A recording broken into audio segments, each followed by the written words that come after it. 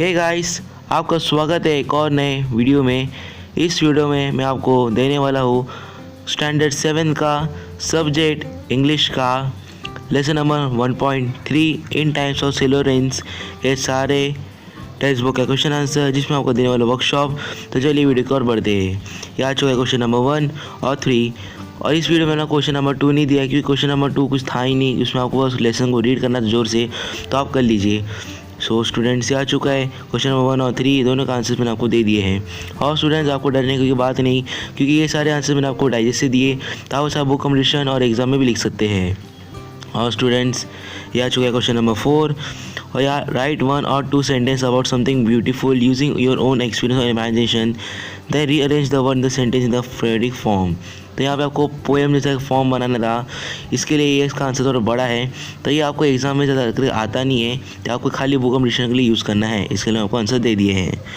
और गाइस, अगर आपको वीडियो की क्वालिटी कम लग रही हो तब क्या कर सकते हैं, वीडियो की क्वालिटी बढ़ा सकते हैं, जिसके लिए आपको क्या करना रहेगा, 3 डॉट्स पे क्लिक करना रहेगा। उसके बाद आपको वीडियो क्वालिटी का ऑप्शन आके आप एडवांस पे क्लिक करिए, उसका कुछ जितना आप वीडियो क्वालिटी बढ़ा सकते आप बढ़ा दीजिए।